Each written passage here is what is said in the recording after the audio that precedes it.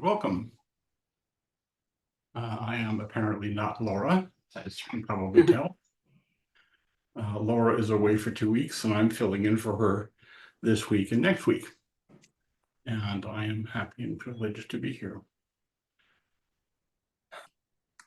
Since I'm doing this group 2 weeks in a row, I thought I would do a kind of a mini series and cover the Brahma Viharas, also known as the 4 Abodes. To me, these are the core teachings of the Dharma. Also known as the 4 Noble States, the 4 Abodes of Brahma. And they are loving kindness or goodwill, compassion, sympathetic joy, and equanimity. And there's a chant that goes along with the Brahma Viharas and says, "May you be free from suffering and the causes of suffering. May you have happiness and the causes of happiness. May you never be separated from sorrowless joy that is beyond suffering. And may you have equanimity without attachment or aversion to other sentient beings." So since there are 4 parts to the Brahma Viharas, the 4 abodes, I thought I would cover 2 this week and 2 next week. So this week we're going to focus on loving kindness and goodwill and on compassion. Has this group ever done metta practice? Mm-hmm. Yes. Okay. Since so some of you are at least familiar with that. Since I'm going to be talking about loving kindness, I think we're going to do a metta practice in the meditation this evening. So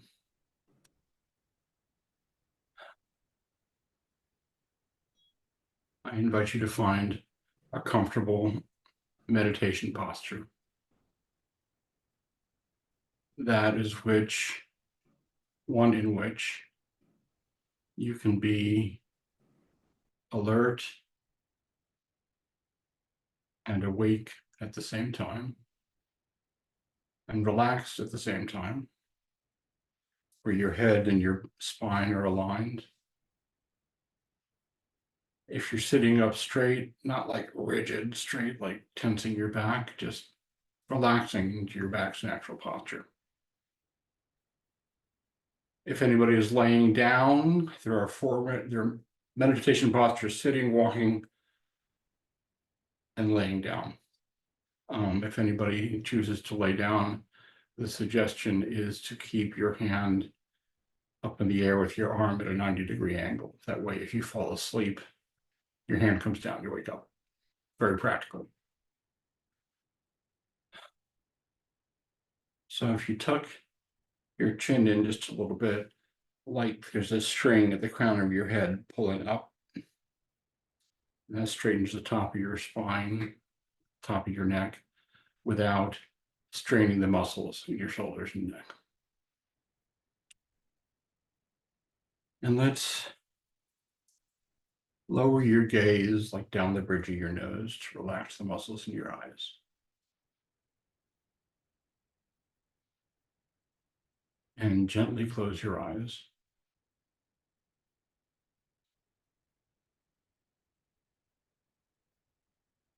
And let's start with a few slow, deep breaths. About 3/4, just to help connect to the body.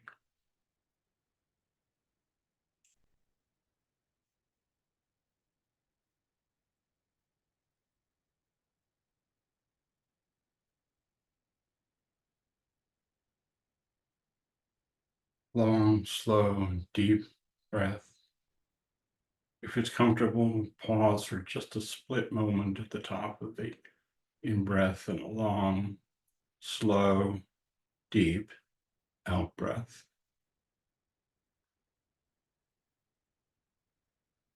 And as you breathe out,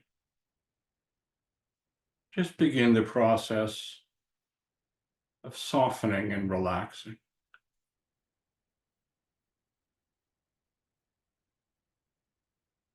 On the out breath, just relax the muscles in your face to whatever degree you can. No have tos here. Relax the muscles around your eyes. Let your eyes just sort of rest back in their sockets.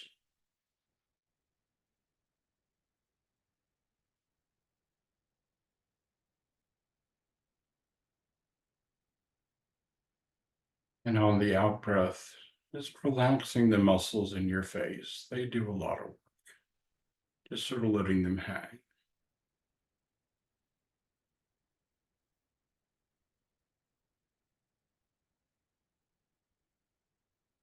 Letting your breathing return to normal.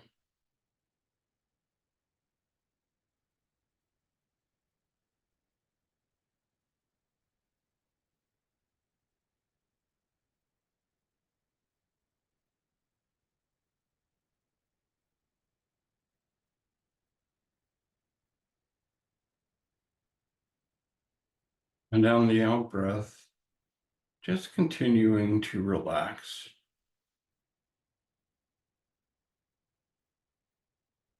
As you breathe out, just let your shoulders fall.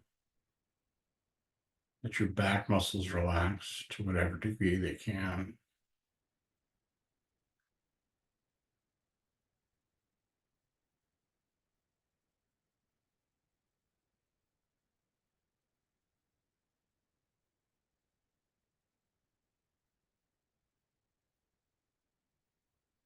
Breathing out any tension or holding, relaxing the chest, relaxing the belly.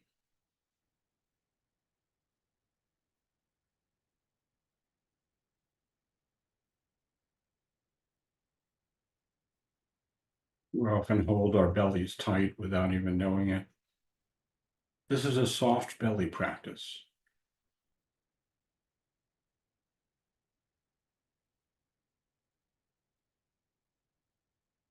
Just let your belly hang.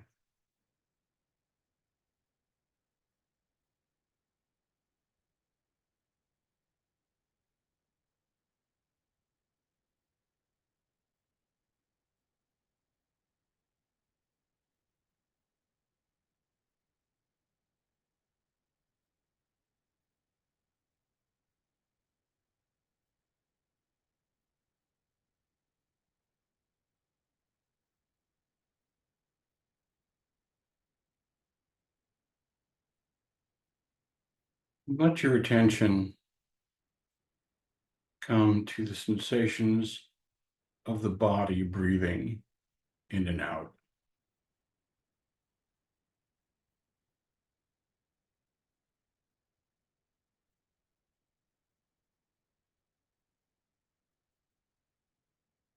You're not trying to do anything with the breath.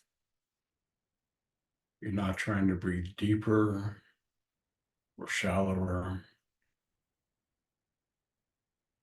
Just accompanying the breath with your attention.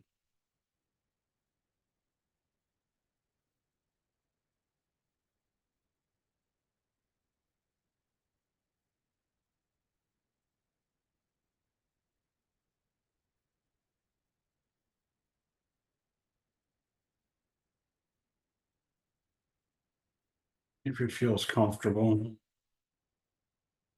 you might notice when you've had a long breath or when you've had a shorter breath.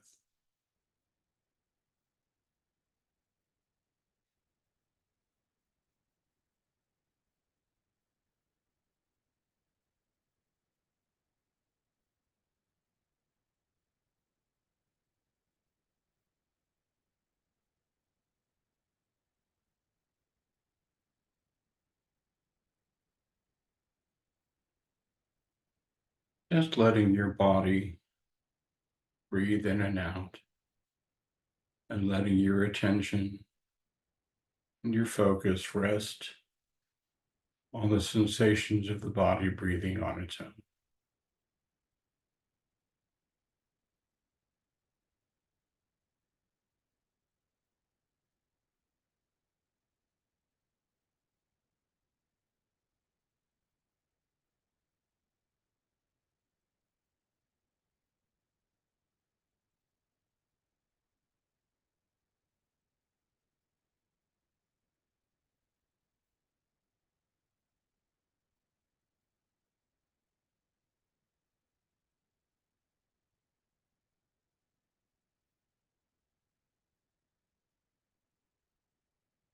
For some people, it's easier to focus on the sensations of the air moving in and out of your nose.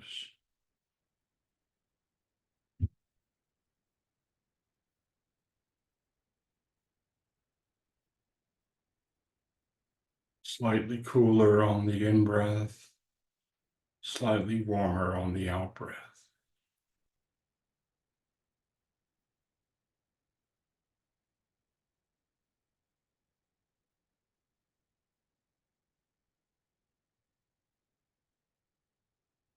Or you may want to focus on the chest, moving up and down or in and out, or the belly, soft belly, expanding and falling back.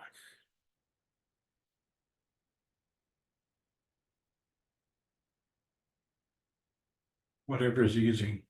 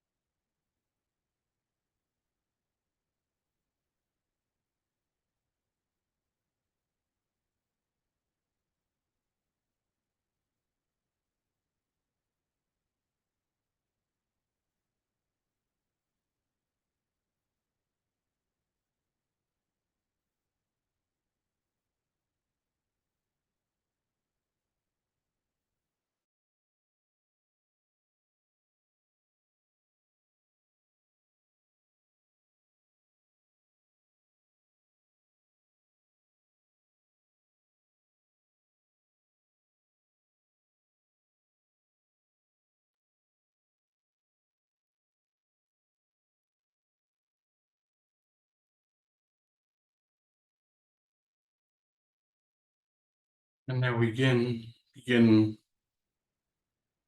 metta practice by offering loving kindness first to ourselves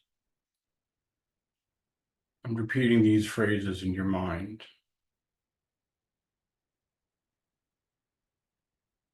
May I be happy.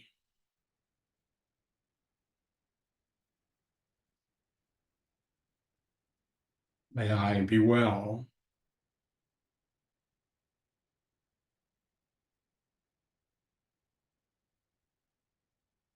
May I be safe.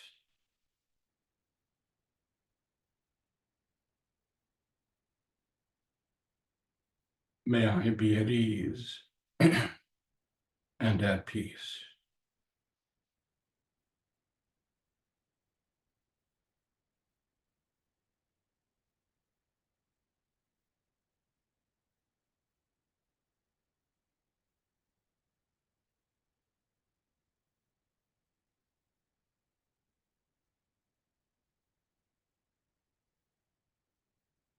And now bring to mind the closest person to you, a benefactor, closest friend, maybe a spouse.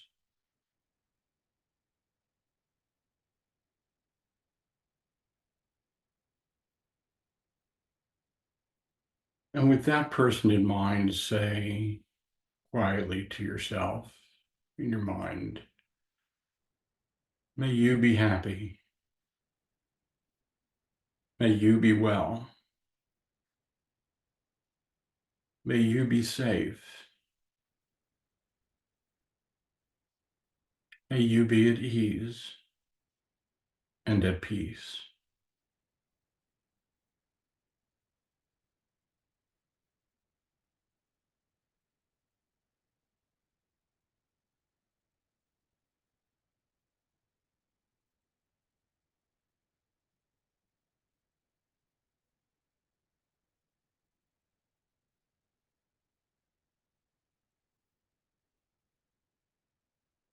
And now bring to mind somebody else close to you, a good friend, maybe a brother or a sister.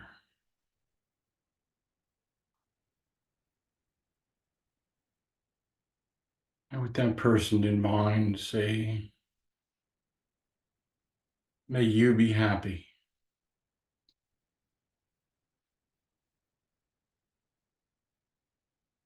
May you be well.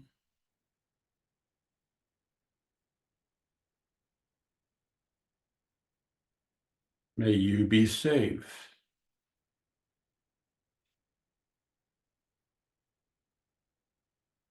May you be at ease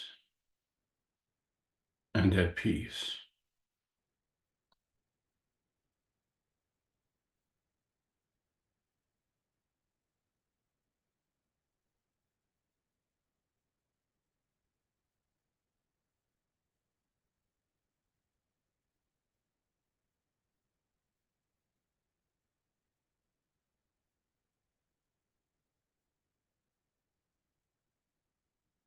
And now broadening the circle with someone you know more like an acquaintance, somebody from work, somebody you talk to now and then.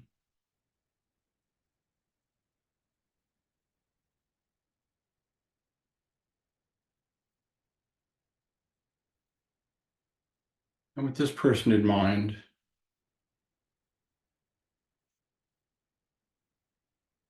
stay in your mind, may you be happy. May you be well. May you be safe.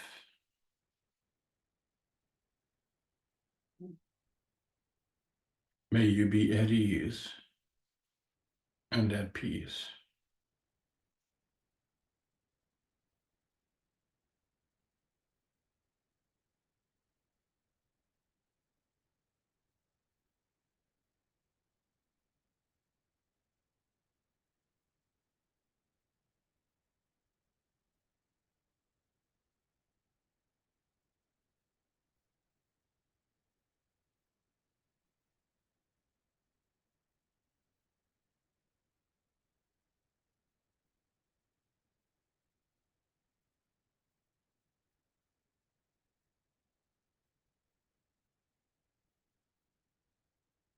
Now I invite you to bring to mind someone you just cross paths with in crossing, the checker at the grocery store, the mailman,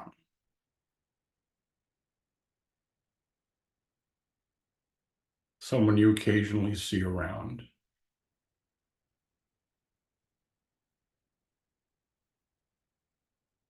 And with this person, may you be happy.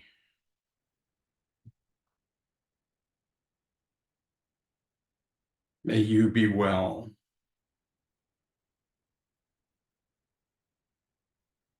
May you be safe.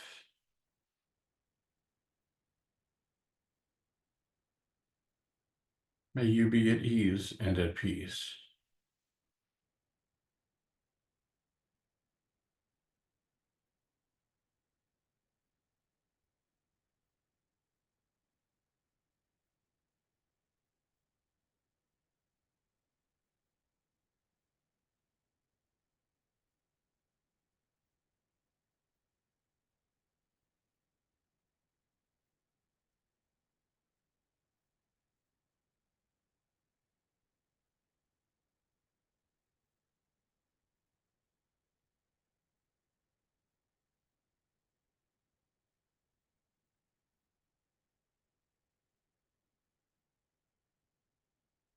And now I invite you to consider someone you have difficulty with.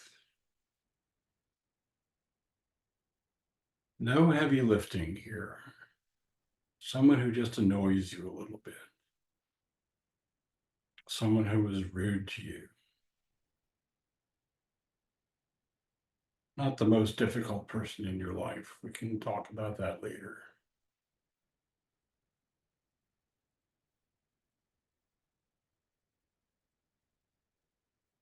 A waiter who was rude to my father.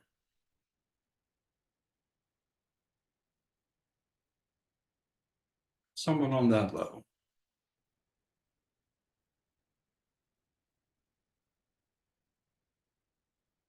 And with that person in mind, say, may you be happy. May you be well.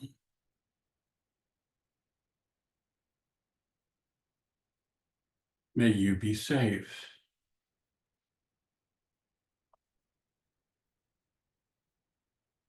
May you be at ease and at peace.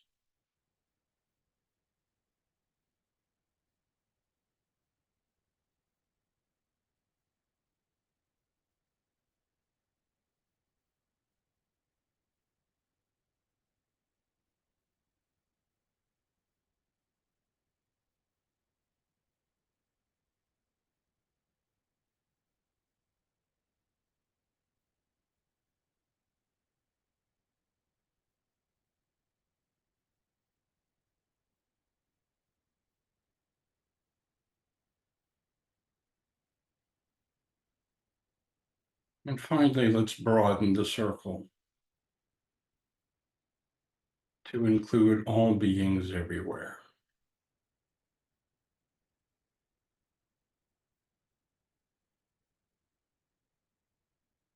May all sentient beings be happy.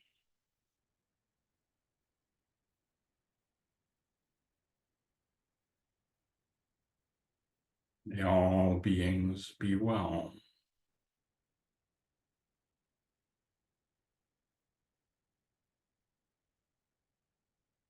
May all beings be safe.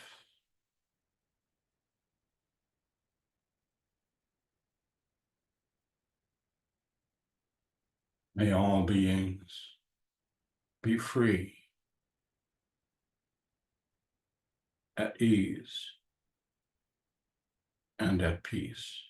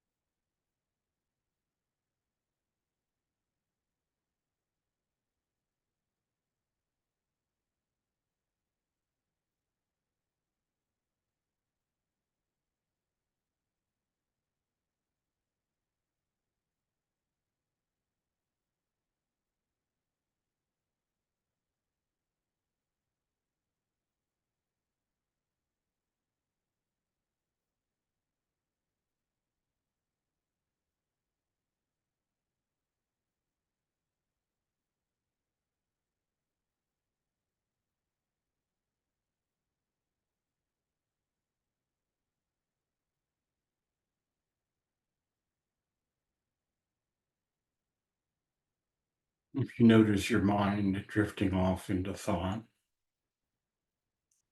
that's okay.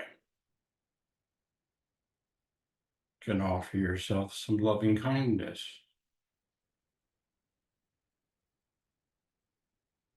and just gently remember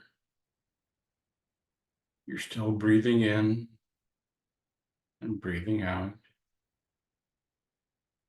and slide your attention gently back to your breathing.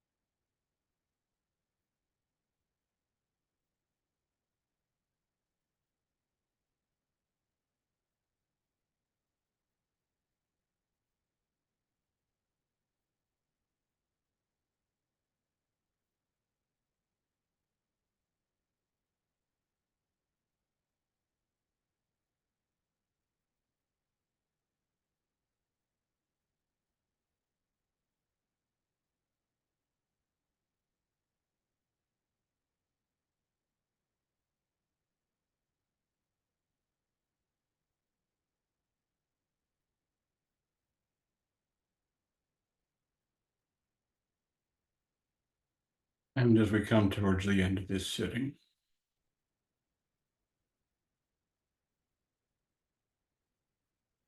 I invite you to bring whatever calmness or settledness may have settled in through this meditation out with you into your life as you walk around.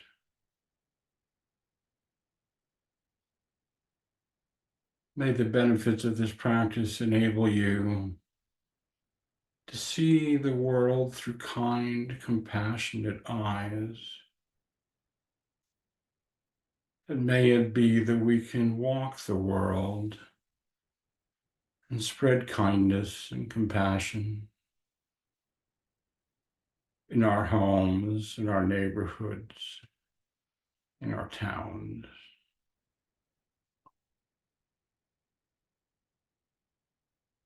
May the benefits of this practice be of benefit to all beings everywhere. May all beings be happy. May all beings be well. May all beings be safe.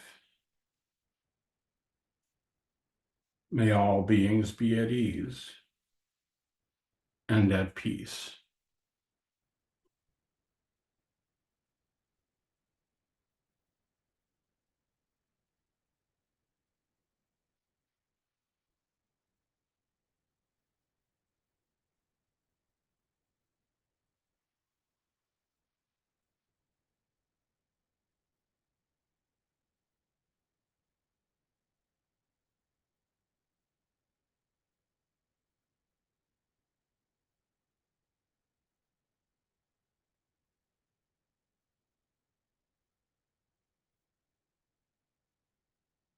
Thank you for your practice. As I said before, focusing this week on the Brahma Viharas, the Four Noble States, focusing this week and next week. Also known as the four qualities of boundless compassion. And those four qualities are loving kindness or goodwill, also known as metta, compassion, karuna, sympathetic joy, in Pali that's mudita, and equanimity.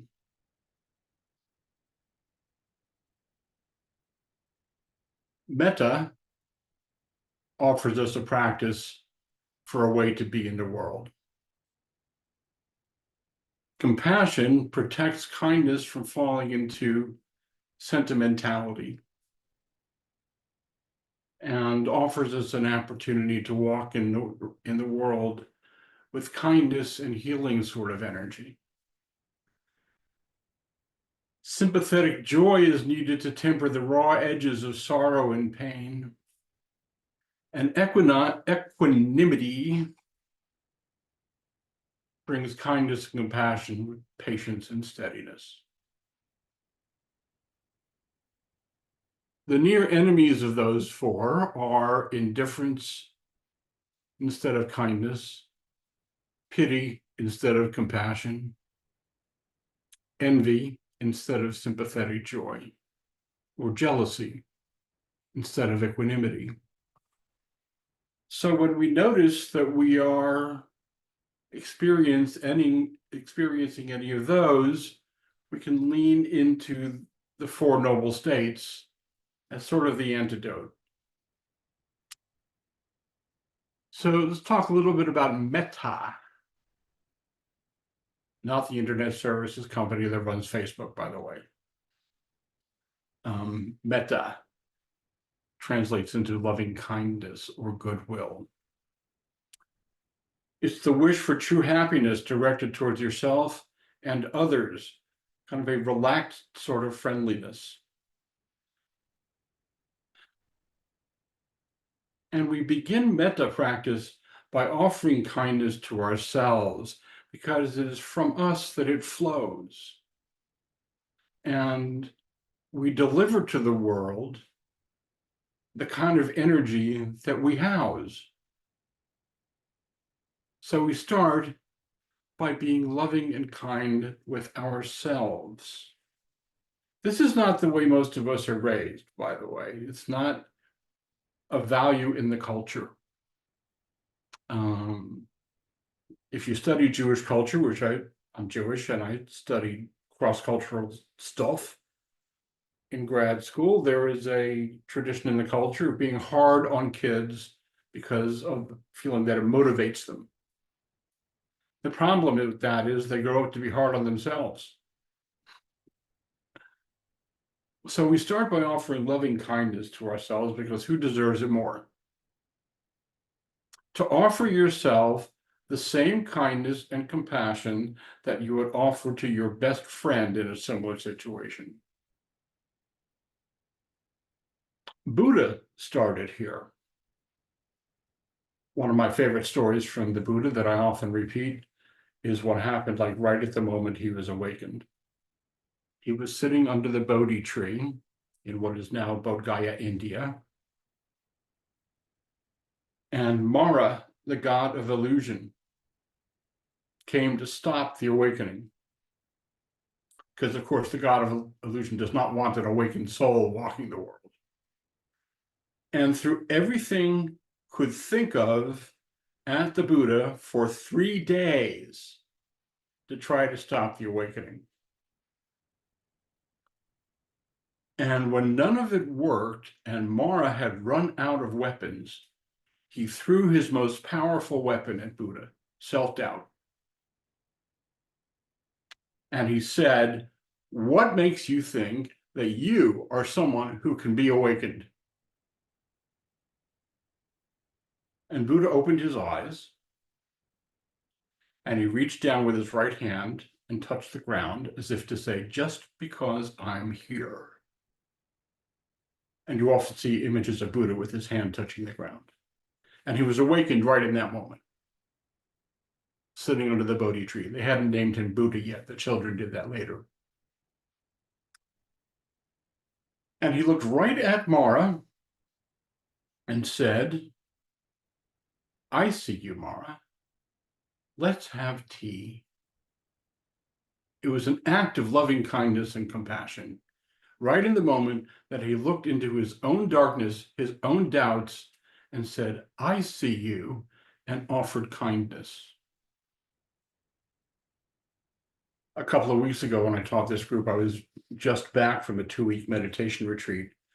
And as meditators, we all negotiate with the thought stream and how to manage it and what to do with it and how to be in it and how to be out of it.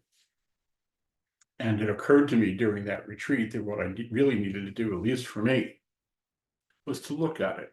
Just look at it, not get involved in the story going down the road or the narrative, just to look at it and say, "I see you." Then I realized how much I've been fighting with myself with that. And my mind kind of settled on its own. So we start with metta towards ourselves, and the word metta is directly related to the word mita, which means friend. So we meet ourselves with friendliness, and then we can bring that out into the world. It's a kind of a boundless friendship towards ourselves and others. Now, that might be difficult in some cases, because there are, in fact, difficult people in our lives. We all have people who push our buttons, for lack of a better phrase. So it may be just easier to say goodwill. We'll offer them goodwill. I hope you're well and taking care of yourself. Not more complicated than that. We can have goodwill for difficult people. We don't have to love them and we don't have to invite them to lunch. But we can still wish this person to have a good life and be happy. And perhaps the way they are acting out, which makes it so difficult to be around them, is a reflection of their unhappiness. So maybe we can look at a really difficult person and say, "Oh, this person is suffering and this is what that looks like." Because the difficult feelings and processes that we don't own come out as behaviors. And this is what somebody else's suffering looks like. And in emphasizing metta practice for yourself, it's easy to notice how self-critical we often are. And it's easy to criticize metta as self-centered. But you can't offer what you don't have. So these are states that we cultivate as a way of saying, may all sentient beings, our contribution. The more we free ourselves, the more we benefit others, which in turn benefits us, which in turn benefits everybody.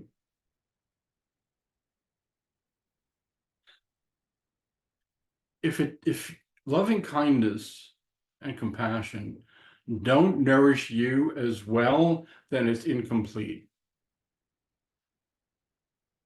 And being able to truly love and care for ourselves is the foundation of being able to love and care for others. And the more we bring this to ourselves, the more we can bring it out into our relationships. Here's an example. Carl Jung, the great psychological pioneer, is a hero of mine. Studied him extensively in grad school. And one of my favorite stories is an old woman in her 80s goes to Jung, and she says, everybody is mean to me all the time. And he says to her, why are you mean to everybody all the time? And she kind of has an awakening from that. The energy we deliver is what comes back to us. It's a self-care process to see others as well as ourselves and our well-being as important and intertwined, to soften and relax the way we close down and diminish others so we don't have to give more, so that we can feel safer when it's hard. But we don't have to do that. Which brings me to the next abode, which is compassion. Compassion is simply goodwill when encountering suffering and the desire to make it stop. It's an extension of metta, but it's more difficult than metta because it's harder for the mind to stay relaxed and friendly in difficult and painful situations. It's an opportunity when we encounter suffering to come back to our breathing. We can always take 10 slow, deep breaths to settle. And again, compassion towards a difficult person. I want to back up and say in metta practice, by the way, when you get to the part of the circle where you're offering metta to difficult people, unless you're very practiced at this, you don't start with the most difficult person in your life, the perpetrator, the person who hurt you the most. You start with the guy who was rude to you at the grocery store and work your way out from there. It's an act of gentleness. And compassion starts with the recognition of dukkha, the truth of suffering. And self-compassion is the practice of being present to another who is suffering, deeply understanding them, and exploring in what way we can assist them. It requires the difficult practice of looking at our own pain. And we may witness suffering and experience how painful it is to witness that and cringe, but something comes after the cringe. One of the things about the Dharma is one of the teachings of the Dharma, something always comes next. So compassion includes not turning away when it's hard to watch. Now, I'm not suggesting you can just throw the switch and automatically do this. It's a practice. We start with somebody difficult and recognize that their suffering looks like this. And it's important to not lapse into codependence in our compassion. Codependence is where we surrender our sense of well-being to promote the well-being of someone else. This is not that. This is where the starting place is our own self-care, self-compassion, self-love. And we're delivering that without surrendering our sense of well-being. It's not just sympathy or feeling sorry for someone else, but rather actually feeling the sorrow of another.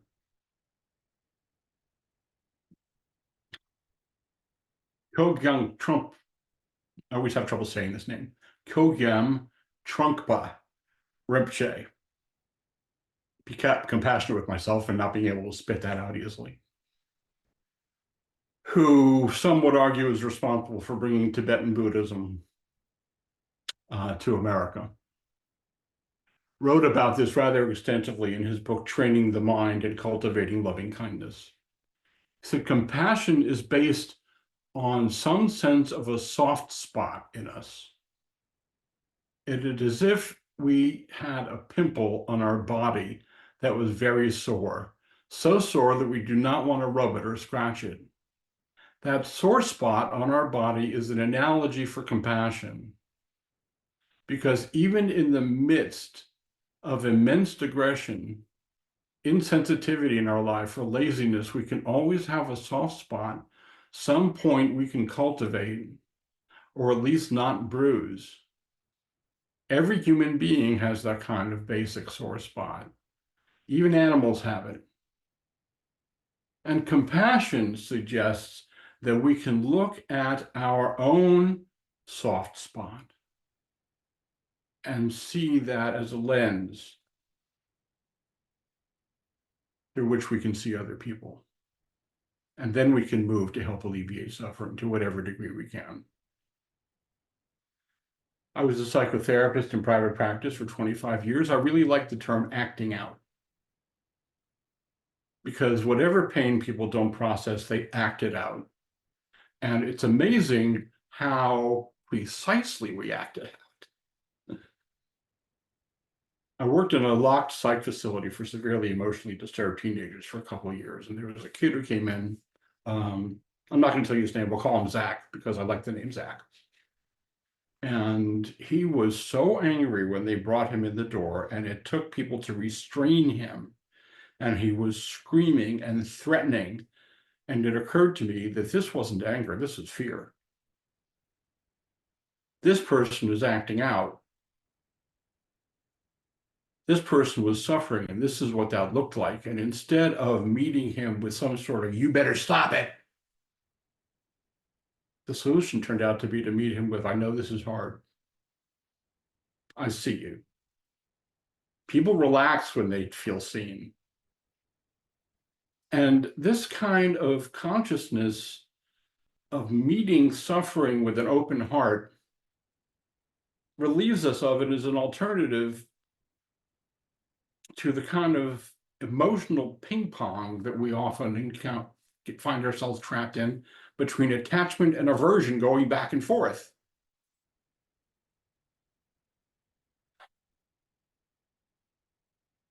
My mother was a child abuse perpetrator. That's not a secret. And I was very angry with her for years. And I had this very intense meditation process in which I actually felt like I was looking right into her face in her worst moment in my memory. And I didn't see an angry, deranged, out of control. I saw a frightened little girl. I saw how terrifying life was for her. And that compassion softened my heart. Compassion is the willingness to see someone else's pain through the lens of our own. It requires us that we acknowledge our own pain and use that to offer a gentle healing space for another. So next week, we will cover sympathetic joy and equanimity. Thank you for your kind attention.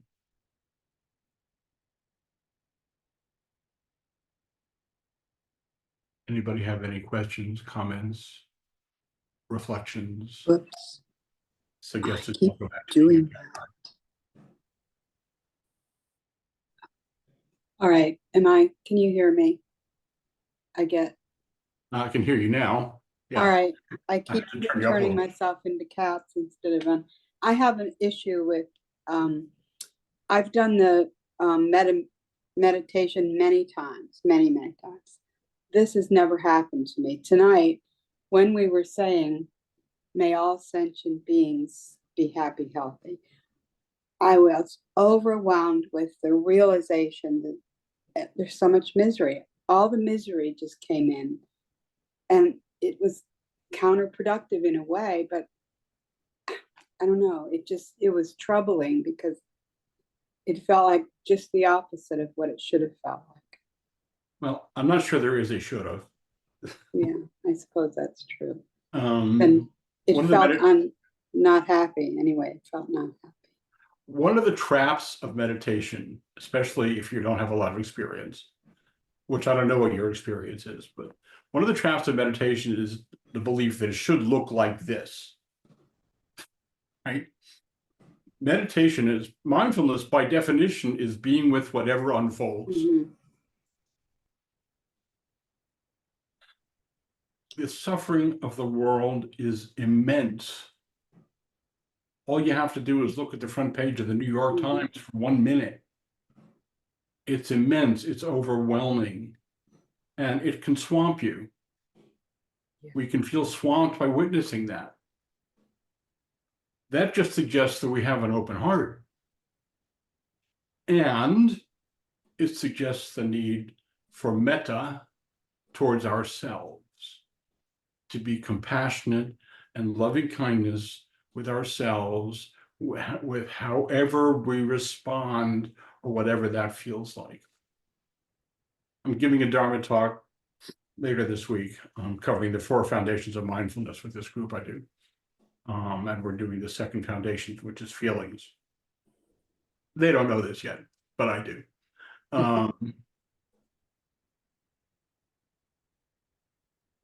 Our feelings come and go, and the work is just in accepting them as they are without meeting them with some sort of repulsion or attachment. So I congratulate you for having your heart open. And I bow to you for acknowledging how difficult it is to have an open heart. It is, yes. One of the things I wrote, I spent 2 years working in a sex offender program in San Jose, California, as a therapist. That'll challenge your compassion. Yeah. And one of the things I wrote was, I don't know if I can hold the pain of this compassion. The Dalai Lama, I saw a documentary on the Dalai Lama one time. You can't be exposed to him without like having a life-changing experience. Mm-hmm. And he's talking about his teacher who was in Chinese captivity for some period of years. This is a highly advanced state because the teacher said the only time he felt he was in danger was when he thought he was losing his compassion towards his captors. Okay. Most of us don't play at that level. No. But you had a little taste tonight of what that looks like. How hard it is to be compassionate in the face of immense suffering, and to decide to have something after the cringe. So was that helpful at all? Yes, but what you just said, to have something after the cringe, what do you mean by that? What after? I witnessed somebody suffering. Okay. And my first impulse, a lot of people's first impulse is, right? But then after that, I look right at it. Okay. Okay. Yeah, that makes sense. And say, okay, that I can experience suffering witnessing that suffering, that's actually a good thing. That means that my heart is open and I'm just like, not like Okay. cold and shut down. Okay. Yeah. Thank you. I appreciate that. Krishna Das, the great chant master, likes to tell this story that he was in a mosque and he said something that he shouldn't have said to an attractive woman in the mosque. And the teacher didn't actually punish him. He made him go sit alone in a cave and chant Hare Krishna for an entire day. Hare Krishna, Hare Krishna. And sometimes it was Krishna, Krishna, and sometimes it was Krishna, Krishna. And what he learned from, I loved telling this story. What he learned from that was something always comes next. So yeah, cringe and cry and weep and let your heart be open as much as you can. I'm not suggesting that we should never turn and look away, because sometimes we just have to. But you had a little taste of that tonight. I bow to you. Thank you. I bow to you.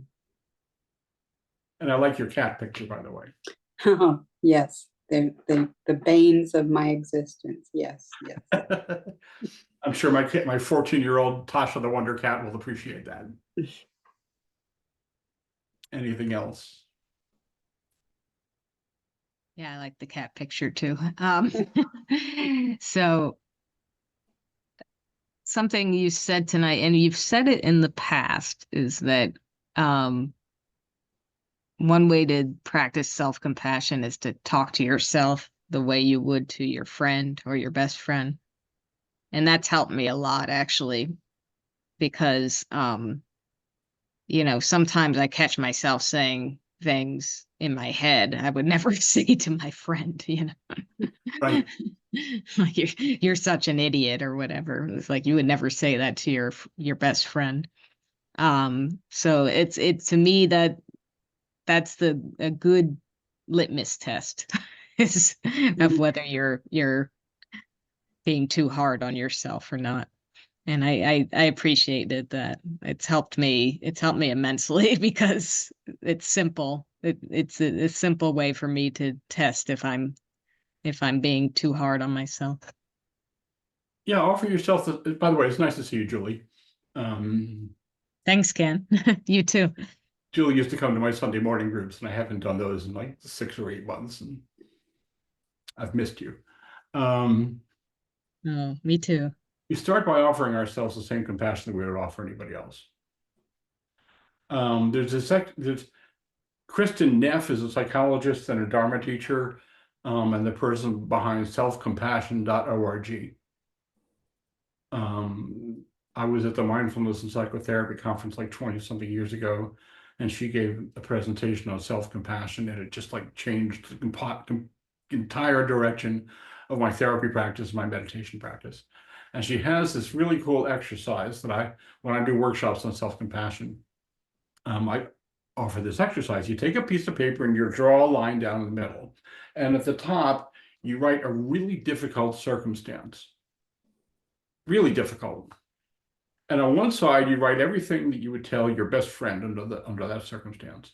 And on the other side, you write everything you usually tell yourself in situations like that. It's a little shocking for some people.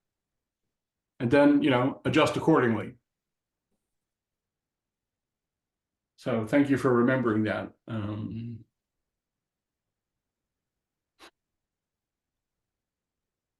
In Alcoholics Anonymous, and the statistical probability is that there's at least one other person here who's in recovery. But you don't have to out yourself. Where there's 6, there's always 1, and a couple of people have left. But they suggest when you resent somebody, you pray for that person's well-being for at least 2 weeks, and the resentment will fade.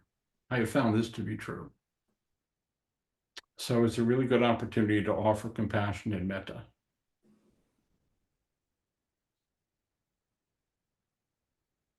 We're running a little over. I'm not in a hurry.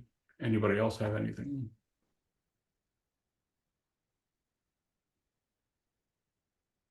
Alrighty then. I wish you all happiness and peace and well-being. I encourage you to be kind and gentle with yourself. Thank you for your kind attention. Thank you. See you next week. Thanks, Ken.